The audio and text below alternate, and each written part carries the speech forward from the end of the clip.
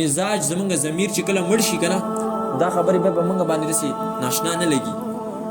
او چې کله زمونږ ضمیر یخي کنه او هغه د شریعت سره ژوندی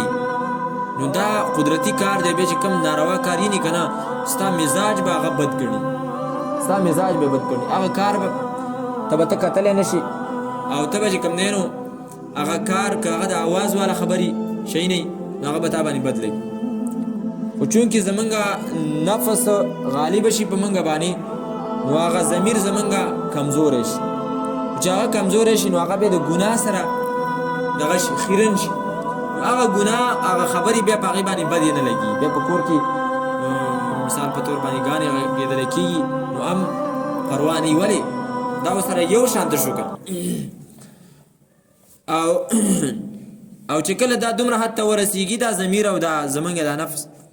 چې دا انتهایی سرکشه شي بیا که په کور کې څوک د دین خبره کوي بیا راباندې هغه هم بدلوي اول خو داسې که نه چې موږ ته ګانې او دغه ناروا کارونه دا راباندې بد لګي چې کله ضمیر صحیح ژوندی او څوک تا نه د ګناه مطالبه کوي په هغه وخت کې ته به هغه ته غوسه کېږي ولې هلته ایماني پاور مضبوط دی که خو چې دا ورو ورو کمزوری کېږي